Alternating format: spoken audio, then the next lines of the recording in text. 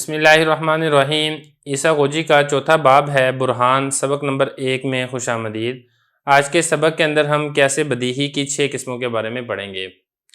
دیکھیں، ہم نے اس سے پہلے مقدمات کے بارے میں پڑھ لیا ہے۔ صغریٰ ہوتا ہے، پھر کبریٰ ہوتا ہے، حد اوسط ہوتی ہے، حد اوسط کو گراتے ہیں، صغریٰ کبریٰ کی مدد سے ہم ایک نتیجہ نکالتے ہیں جس کو نتیجہ قیاس کہا جاتا ہے۔ یہاں پہ کچھ چیزیں ہیں جن کو سمجھنا بڑا ضروری ہے۔ جس کلام کو سننے کے بعد یقین پیدا ہو جائے اور کوئی شک باقی نہ رہے، ایسا کلام یقینی کہلاتا ہے، اور جس کلام کو سننے کے بعد شک و شبہ باقی رہے، ایسا کلام یہ ظنی کہلاتا ہے۔ اب قیاس میں اگر آپ غور کریں گے تو قیاس مقدمات سے مل کر بنتا ہے۔ اس میں صغریٰ ہوتا ہے، اس میں کبریٰ ہوتا ہے، تو پھر آگے قیاس کی 2 قسمیں وہ بھی آپ پڑھ چکے ہیں، قیاس استثنائی ہے اور دوسرا قیاس کی دوسری قسم ہے۔ یہ ساری تفصیل گزر چکی ہے۔ خلاصہ یہ کہ قیاس چونکہ مقدمات سے مل کر بنتا ہے، اگر قیاس کے دونوں مقدمے یعنی صغریٰ اور کبریٰ وہ یقینی ہوں گے تو جو ہمیں نتیجہ حاصل ہوگا وہ نتیجہ بھی ہمیں یقینی ہی ہوگا، اور ایسا قیاس یہ یقینی کہلاتا ہے۔ یہ پہلی قسم ہے قیاس کی۔ مطلب اس میں کیا ہوگا کہ صغریٰ اور کبریٰ یہ دونوں یقینی ہیں، اور اس سے جو حاصل شدہ نتیجہ ہے یہ بھی یقینی ہے۔ اور اسی طرح وہ قیاس جس کا صغریٰ اور کبریٰ دونوں ظنی ہوں، یا دونوں میں سے کوئی ایک ظنی ہو، تو جو نتیجہ ہمیں حاصل ہوگا وہ نتیجہ بھی ہمیں ظنی حاصل ہوگا۔ تو اس قسم کا جو قیاس ہوتا ہے یہ قیاس نظری کہلاتا ہے۔ یعنی اس میں کیا ہوتا ہے کہ یا اس میں صغریٰ ظنی ہوگا یا اس میں کبریٰ ظنی ہوگا، یا دونوں ہی ظنی ہوں گے تو حاصل شدہ نتیجہ بھی ہمیں ظنی حاصل ہوگا۔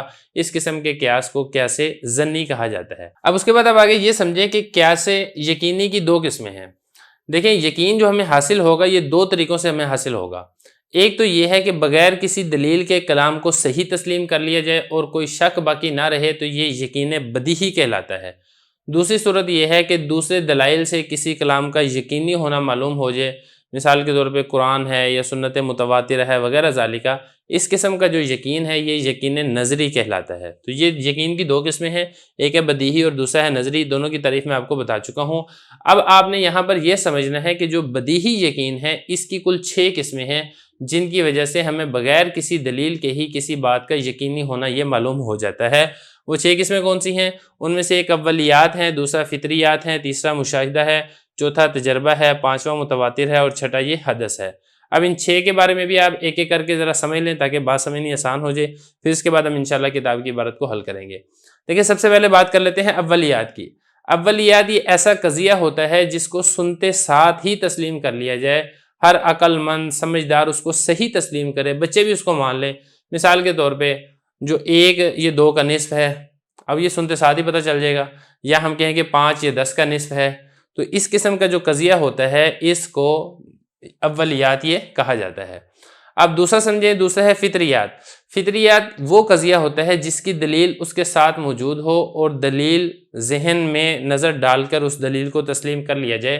جیسے 4 جفت ہے، اب ہمیں معلوم ہے کہ جفت اس کو کہتے ہیں جو 2 برابر حصوں میں تقسیم ہو جاتا ہے، اور جب ہم 4 کے بارے میں دیکھیں گے تو یہ 4 اس پر جفت کی تعریف صادق آ رہی ہے، تو ہم نے کہہ دیا کہ یہ جو 4 ہے یہ بھی یہ جفت ہے۔ اب یہ دیکھیں، یہ قضیہ ہے، ساتھ اس کی دلیل بھی موجود ہے، لیکن وہ دلیل ایسی ہے کہ سنتے ساتھ ہی جو ذہن ہے وہ فوراً اس دلیل کی طرف پہنچ جاتا ہے، اور جو اس کا نتیجہ ہے وہ ہمیں خود بخود ہی اسی کے ذریعے سے معلوم ہو جاتا ہے۔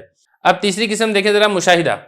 مشاہدہ کہتے ہیں کہ جس بات کا آپ کو دیکھ کر یقین پیدا ہو جائے، یا اسی طریقے سے سن کر یقین پیدا ہو جائے، یا چکھ کر یقین پیدا ہو جائے، یا چھو کر یقین پیدا ہو جائے، اس قسم کا جو یقین ہوتا ہے اس یقین کو کہا جاتا ہے مشاہدہ۔ مثال کے طور پہ آپ نے آم کو چکھا تو آپ کو یقین ہو گیا کہ آم میٹھا ہے، یا اسی طریقے سے آپ نے ہاتھی کو دیکھا، جب آپ ایک جانور کو دیکھا ہے ہاتھی کو، تو آپ کو دیکھنے سے یقین پیدا ہو جائے گا کہ یہ ہاتھی ہے۔ یا اسی طریقے سے آپ نے کوئی کلام سنا ہے، کہ قرآن مجید کی آپ نے تلاوت سنی ہے، تو سن کر آپ کو یقین ہو جائے گا کہ یہ قرآن مجید کی تلاوت ہے۔ اس قسم کا جو یقین ہوتا ہے اس یقین کو کہا جاتا ہے مشاہدہ۔ اب چوتھے نمبر پر آپ یہ سمجھیں کہ چوتھا ہے تجربہ، یعنی کسی بات کے بارے میں متقدمین نے مشاہدہ کیا ہو اور بار بار مشاہدہ کرنے کے بعد اسے ایک اصول بنا کر پیش کر دیا ہو، اور جو بعد والے لوگ ہیں اسے اس اصول کو بغیر مشاہدہ کیے ہی تسلیم کر لیں، تو اس قسم کا جو قیاس ہوتا ہے اس کو کہا جاتا ہے تجربہ۔ یعنی یہ بزرگوں کے، پرانے لوگوں کے تجربے سے ایک چیز ثابت ہوتی ہے۔ مثال کے طور پہ فن طب ہے، اب اس نے میڈیکل سائنس نے تحقیق کی، تحقیق کرنے کے بعد انہوں نے ایک چیز پہ اتفاق کر لیا کہ جو پیناڈول ہے اس سے جو بخار ہے وہ دور ہو جاتا ہے۔ اب انہوں نے اسی طریقے سے لوگ اس کو نقل کرنا شروع ہو گئے، آپ نے سنا تو آپ اس کو سنتے ہی آپ اس کو تسلیم کر لیتے ہیں، اگرچہ ہم نے خود اس کا پریکٹیکل نہ بھی کیا ہو لیکن اس کو سنتے ساتھ ہی اس کا یقین آ جاتا ہے۔ تو یہ تو ہو گیا تجربہ۔ اب اس کے بعد اگلی قسم دیکھیں متواتر۔ متواتر کہتے ہیں کہ جس کو اتنے لوگ نقل کریں، جس کے بارے میں نقل کرنے کی وجہ سے اس کے بارے میں یقین پیدا ہو جائے، ان کے بارے میں یہ احتمال باقی نہ رہے کہ سب نے جھوٹ بات پر اتفاق کر لیا ہوگا۔ مثال کے طور پہ نبی کریم صلی اللہ علیہ وسلم کی ہمیں نبوت اور رسالت کا علم ہے، کیونکہ اس زمانے سے لے کے آج تک یہ والی بات نقل ہوتی چلے آ رہی ہے۔ یہ اسی طریقے سے قرآن مجید کے بارے میں ہمیں علم ہے کہ اللہ تعالیٰ کی کتاب ہے۔ کوئی بندہ ہے نا، ایک بندہ جھوٹ بول لے گا، 2 بندے جھوٹ بول لیں گے، 200 بندے جھوٹ بول لیں گے، 2000 بندے جھوٹ بول لیں گے، لیکن لاکھوں لوگ تو جھوٹ نہیں بول سکتے، سینکڑوں لوگ، ہزاروں لوگ، لاکھوں لوگ یہ تو جھوٹ نہیں بول سکتے۔ تو اس قسم کا جو ہمیں یقین حاصل ہوتا ہے اس کو ہمیں کہا جاتا ہے متواتر۔ اب آخری قسم دیکھیں حدث۔ حدث کہتے ہیں گمان اور خیال سے کوئی بات کرنا اور دلیل کو مرتب کیے بغیر ہی نتیجے تک پہنچ جانا، اس قسم کا جو قیاس ہوتا ہے اس کو حدث کہا جاتا ہے۔ مثال کے طور پہ ایک قول ہے چاند کی روشنی یہ سورج کی روشنی سے ہی حاصل شدہ ہے، تو یہ گمان اور خیال سے ایک بات کر دی گئی ہے اور اس کو ایک یقینی سمجھ لیا گیا ہے، تو اس قسم کا جو یقین ہوتا ہے اس کو کہا جاتا ہے حدث۔ تو یہ آپ نے ساری چیزیں سمجھ لی ہیں، اب یہ ساری چیزیں انشاءاللہ ہم کتاب کی عبارت کے اندر بھی حل کریں گے۔ بسم اللہ الرحمن الرحیم۔ عیسیٰ غوجی کا چوتھا باب ہے برہان، سبق نمبر 2 میں خوش آمدید۔ آج کے سبق کے اندر ہم قیاس بدیہی جو ہم تفصیل سے پڑھ چکے ہیں اسی سے متعلقہ عبارت کو حل کریں گے۔ عبارت دیکھ لیں۔ البرہان وہو قول مؤلف من مقدمات یقینیت لانتاج یقین، والیقینیات اقسام ستۃ احدها اولیات كقولنا الواحد نصف الاثنين والكل اعظم من الجزء، ومشاہدات نحو الشمس مشرقۃ والنار محرقۃ، ومجربات كقولنا السقمونیہ مسہل للصفراء، وحدسیات كقولنا نور القمر مستفاد من نور الشمس، ومتواترات كقولنا محمد رسول اللہ صلی اللہ علیہ وسلم ادعى النبوة واظہر المعجزات على یدہ، وقضایا قیاساتها معها كقولنا الاربعة زوج بسبب وسط حاضر في الذہن وهو الانقسام بمتساویین۔ ترجمہ دیکھ لیں۔ برہان وہ ایسا قول ہے جو مرکب ہوتا ہے یقینی مقدمات سے تاکہ وہ نتیجہ دے یقین کا، اور یقینی مقدمات وہ 6 قسم پر ہیں۔ پہلا ان میں سے اولیات ہے، جیسا کہ ہمارا قول واحد یہ نصف ہے اثنین کا، اور کل یہ بڑا ہے جز سے، اور مشاہدات جیسا کہ الشمس مشرقۃ والنار محرقۃ، اور مجربات جیسا کہ ہمارا قول السقمونیہ مسہل للصفراء، اور حدسیات جیسا کہ ہمارا قول نور القمر مستفاد من نور الشمس، اور متواترات جیسا کہ ہمارا قول محمد رسول اللہ صلی اللہ علیہ وسلم ادعى النبوة واظہر المعجزات علی یدہ، اور قضایا جن کے قیاس ان کے ساتھ ہوتے ہیں جیسا کہ ہمارا قول الاربعۃ زوج، اس لیے کہ ذہن کے اندر اس کی دلیل موجود ہوتی ہے، اور وہ یہ ہے تقسیم ہونا ہے 2 برابر حصوں میں۔ عبارت اور ترجمہ ہو چکا ہے، اب چلتے ہیں اس کی تشریح کی طرف۔ تو دیکھیں برہان کے بارے میں حضرت بیان فرما رہے ہیں کہ برہان ایسا قول ہے جو یقینی مقدمات سے مل کر مرکب ہوتا ہے، تو جب اس کے مقدمات یقینی ہوں گے تو جس کا نتیجہ نکلے گا وہ نتیجہ بھی اس کا یقینی ہی ہوگا، جیسا کہ میں آپ کو گزشتہ سبق کے اندر بتا چکا ہوں۔ اور اگر مقدمات ظنی ہیں تو پھر جو نتیجہ نکلے گا وہ نتیجہ بھی ظنی ہوگا، نتیجہ پھر وہ یقینی نہیں ہوگا۔ لانتاجی یقینی، تاکہ وہ یقینی نتیجے کا فائدہ دے۔ اب یقینی کی 6 قسمیں ہیں، وہ کون سی 6 قسمیں اس میں دیکھیں ذرا۔ اس میں سے پہلی قسم ہے اولیات۔ اولیات میں جیسا کہ الواحد نصف الاثنین، ایک یہ نصف ہے 2 کا، اور کل یہ بڑا ہے جز کا، کوئی بھی ہو چھوٹا ہو یا بڑا ہو سنتے ساتھ ہی اس کو تسلیم کر لیتا ہے اور اس کو کسی قسم کی دلیل بتانے کی یا سمجھنے کی ضرورت نہیں پڑتی ہے۔ دوسری قسم دیکھیں مشاہدات، یعنی جو انسان اپنا اس کا مشاہدہ کرتا ہے، جیسا کہ میں آپ کو بتا چکا ہوں حواس ظاہرہ سے جس چیز کا مشاہدہ ہوتا ہے، جیسا کہ آپ نے مشاہدہ کیا سورج وہ روشنی پھیلانے والا ہے، اور اسی طریقے سے آپ نے مشاہدہ کیا کہ آگ وہ جلانے والی ہے۔ اب یہ ایسی یقینی بات ہے جس کا آپ کو علم ہوا ہے اپنے مشاہدے کے ذریعے سے، تو اس کو کہا جائے گا مشاہدات۔ یا اسی طریقے سے مجربات بھی ہوتا ہے، یعنی تجربے کے ساتھ کوئی چیز ثابت ہوتی ہے، جیسے کہ پرانے لوگوں نے ایک چیز کا تجربہ کیا پھر اس کو آگے نقل کر دیا۔ مجربات کی حضرت نے مثال لی ہے، جیسے کہ سکمونیہ، یہ ایک بوٹی ہوتی تھی جو صفرا بیماری کے اندر فائدہ دیتی تھی، تو اب یہ والی چیز جو ہمیں معلوم ہوئی ہے یہ ایک تجربے سے ہم نے ایک چیز دیکھی تھی، تو یہ والا جو یقین حاصل ہو رہا ہے یہ تجربے سے حاصل ہو رہا ہے۔ تو یہ دوسری قسم تھی مشاہدات، اور تیسری قسم تھی مجربات، 3 ہو گئی۔ اب اس کے بعد آگے حضرت بیان فرما رہے ہیں چوتھی قسم ہے حدسیات۔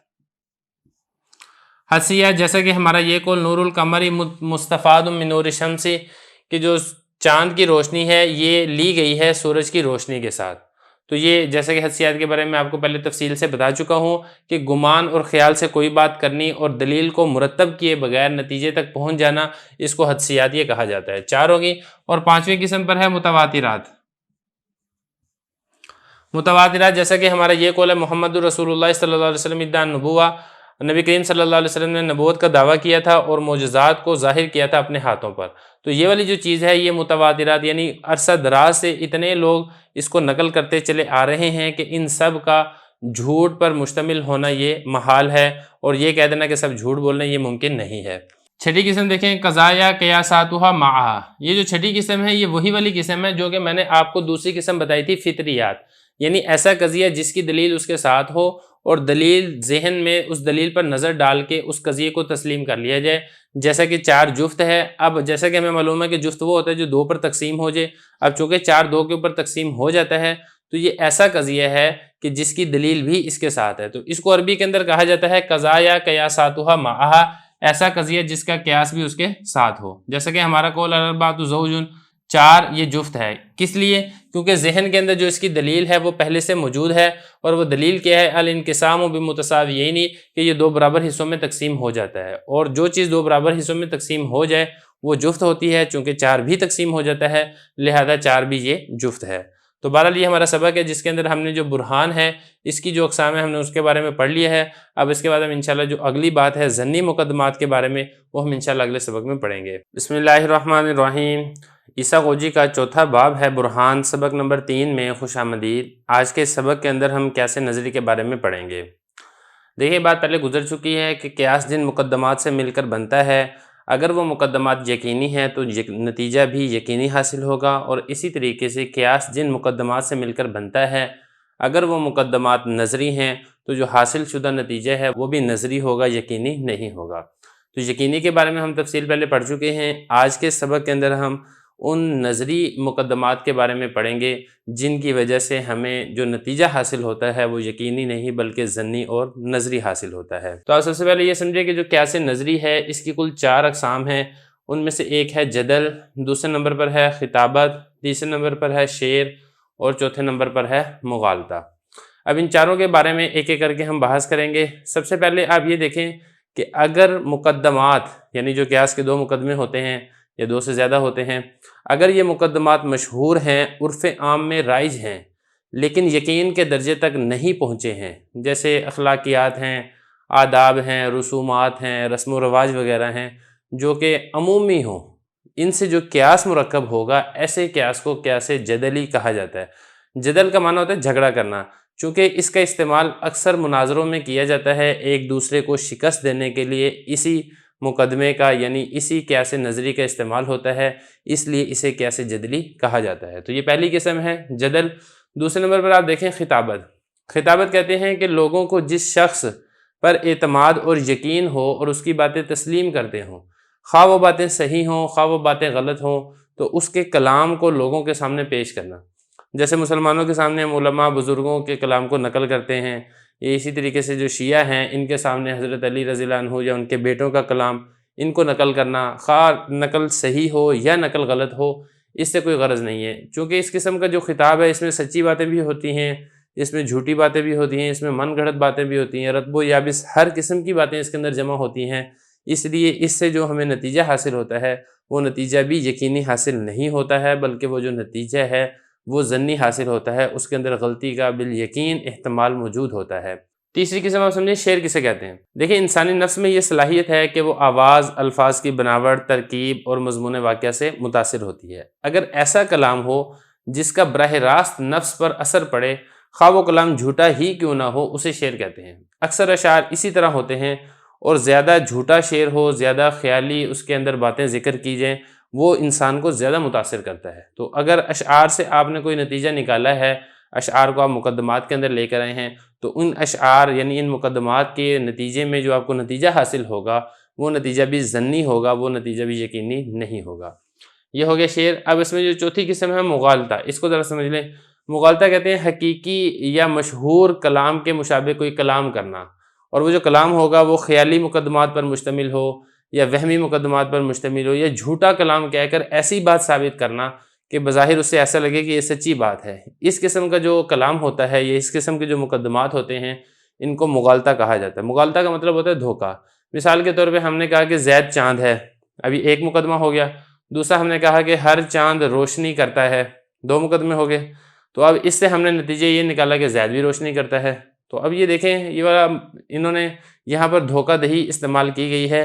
یا اسی طریقے سے دوسرا آپ اس کی مثال دیکھیں کہ شیر کی تصویر کے بارے میں کہا کہ یہ شیر ہے، اور یہ ایک مقدمہ ہو گیا۔ دوسرا ہم نے مقدمہ یہ کہا کہ جو ہر شیر ہے وہ چیرتا پھاڑتا ہے، تو پھر ہم نے نتیجہ یہ نکالا کہ یہ جو شیر ہے تصویر کے اندر یہ بھی چیرتا پھاڑتا ہے۔ تو اس قسم کا جو کلام ہوتا ہے اس سے دوسرے شخص کو دھوکہ دینا مقصد ہوتا ہے، دھوکہ دیا جاتا ہے، اور کلام کو اس طرح ظاہر کیا جاتا ہے کہ بظاہر وہ کلام صحیح لگتا ہے۔ اب یہ دو مثالیں بھی اگر دیکھیں گے تو بظاہر یہ صحیح معلوم ہو رہی ہیں، لیکن اس کے اندر ایک دھوکہ ہے جس دھوکے تک ہر بندہ نہیں پہنچ سکتا ہے۔ وہ دھوکہ اس کے اندر یہ ہے کہ جو حقیقت ہے، حقیقت کے احکام الگ ہوتے ہیں، مجاز اور تصویر اس کے احکام الگ ہوتے ہیں۔ تو یہاں پر جو حقیقت کا حکم تھا وہ ہم نے مجاز اور تصویر کے لیے حکم کو ثابت کر دیا ہے۔ تو جو شخص اس چیز کو سمجھتا ہوگا حقیقت میں فرق کیا ہے، مجاز کس کو کہتے ہیں، اصل کیا ہوتی ہے، فرق کیا ہوتی ہے، ایک کا حکم دوسرے پر لگتا ہے یا نہیں لگتا ہے، تو جو شخص اس باتوں کو سمجھتا ہوگا وہ تو اس دھوکے کو پہچان جائے گا، جو اس باتوں کو نہیں سمجھتا ہوگا وہ اس دھوکے کا شکار ہو سکتا ہے۔ تو بہرحال یہ قیاس کی کچھ اقسام ہیں، جس میں یقینی قیاس اس کی قسمیں بھی ہم نے گزشتہ سبق میں پڑھ لی ہیں، جو نظری قیاس ہیں اس کی قسمیں بھی ہم نے آج کے سبق کے اندر پڑھ لی ہیں۔ دیکھیں ان قسموں میں سے جو سب سے معیاری اور اعلیٰ قسم ہے وہ برہان ہے، کیونکہ وہ یقین کا فائدہ دیتا ہے اور اعتقادات میں اسے ہی استعمال کیا جاتا ہے۔ مصنف رحمہ اللہ تعالیٰ نے اسی فصل پر اپنی کتاب جو کہ ایک چھوٹا سا مفید رسالہ تھا اس کو ختم کر دیا ہے۔ جس طریقے سے کتاب کے شروع میں حضرت نے اللہ تعالیٰ کی تعریف کی تھی، اسی طرح کتاب کے آخر میں بھی اللہ تعالیٰ کی تعریف کی ہے۔ لفظ نہایہ سے کتاب کے اختتام کی طرف بھی اشارہ کیا جا رہا ہے، جو کہ کتاب کے اچھے اختتام کی نشانی ہے۔ تو بہرحال یہ کتاب ہماری مکمل ہو گئی ہے۔ اب اسی سے متعلقہ جو عبارت ہے کتاب کی ہم انشاءاللہ اگلے سبق میں اس کو حل کر لیں گے۔ بسم اللہ الرحمن الرحیم۔ عیسیٰ غوجی کا چوتھا باب ہے البرہان، سبق نمبر 4 میں خوش آمدید۔ آج کے سبق کے اندر ہم قیاس نظری سے متعلقہ عبارت کو حل کریں گے۔ الجدل وهو قول مؤلف من مقدمات مشہورة، والخطابة وهو قول مؤلف من مقدمات مقبولة من شخص معتقد به او مظنونة، والشعر وهو قياس مؤلف من مقدمات تنبسط منها النفس او تنقبض، والمغالطة وهو قياس مؤلفة من مقدمات شبيهة بالحق او مشهورة او مقدمات وهمية كاذبة، والعمدة هي البرهان لا غير، ولكن هذا آخر الرسالة متلبسا بحمد من له البداية والنهاية۔ ترجمہ دیکھ لیں۔ جدل اور یہ ایسا قول ہے جو کہ مرکب ہوتا ہے مشہور مقدمات سے، اور خطابت یہ ایسا قول ہے جو کہ مرکب ہوتا ہے ایسے مقدمات سے جس کو قبول کیا جاتا ہے ایسے شخص کی جانب سے جس پر اعتقاد ہوتا ہے، یا ضمنی مقدمات سے مل کر مرکب ہوتا ہے۔ اور شعر اور یہ ایسا قیاس ہے جو کہ مرکب ہوتا ہے ایسے مقدمات سے کہ جس سے انسانی جی خوشی محسوس کرتا ہے یا انسانی جی اس سے کڑتا ہے۔ اور مغالطہ یہ ایسا قیاس ہے جو کہ مرکب ہوتا ہے ایسے مقدمات سے جو حق کے ساتھ مشابہت رکھتے ہیں یا مشہور ہوتے ہیں، یا ایسے مقدمات سے جو وہمی اور جھوٹے ہوتے ہیں۔ اور عمدہ وہ برہان ہے نہ کہ اس کے علاوہ، لیکن یہ آخری رسالہ ہے ملا ہوا ہے ایسی ذات کی تعریف کے ساتھ جس کے لیے آغاز ہے اور جس کے لیے انتہا ہے۔ عبارت و ترجمہ ہو چکا ہے، اب چلتے ہیں اس کی تشریح کی طرف۔ تو تشریح اس کی تقریباً وہی ہے جو گزشتہ سبق کے اندر ہم پڑھ چکے ہیں۔ بہرحال آپ پھر بھی یہاں پہ دیکھ لیں، جدل کے بارے میں بتا رہے ہیں کہ جدل ایسا قول ہے جو کہ مرکب ہوتا ہے ایسے مقدمات سے جو کہ مشہور ہو، یعنی یہ ایسے مقدمات ہوتے ہیں جو کسی جماعت کے نزدیک تسلیم شدہ ہوتے ہیں یا کسی خاص فرد کے نزدیک تسلیم شدہ ہوتے ہیں۔ مثال کے طور پہ ہم کہتے ہیں الظلم قبیح، ظلم جو ہے وہ برا ہے، یا ہم یہ کہتے ہیں کشف العورت مذموم، جو سطر ہے اس کا کھولنا یہ اچھی بات نہیں ہے، یہ بری بات ہے۔ تو اس قسم کے جو مقدمات ہوتے ہیں اس کو قیاس جدلی کہا جاتا ہے۔ دوسری قسم دیکھیں خطابت، وہو قول مؤلف، فرما رہے ہیں کہ یہ ایسا قول ہے جو ایسے مقدمات سے مل کر بنتا ہے، جو مقدمات قبول کیے جاتے ہیں ایسے شخص کی جانب سے جس پر اعتقاد ہوتا ہے، یا پھر یہ ضمنی مقدمات سے مل کر بنتا ہے۔ تو دیکھیں یہ قیاس خطابی ہے، یہ ایسے مقدمات سے مرکب ہوتا ہے جو ان لوگوں سے لیے جاتے ہیں جن کے بارے میں حسن ظن ہوتا ہے۔ مثال کے طور پہ اولیاء ہے، یا اسی طریقے سے حکمت کے اقوال ہیں جو پرانے حکماء کی طرف سے منقول شدہ ہیں۔ یہ ایسے گمانی مقدمات سے مل کر مرکب ہوتا ہے کہ جس میں رجحان کی وجہ سے اس کے سچ ہونے کا حکم لگا دیا جاتا ہے۔ اس قسم کے مقدمات کو قیاس خطابی کہا جاتا ہے۔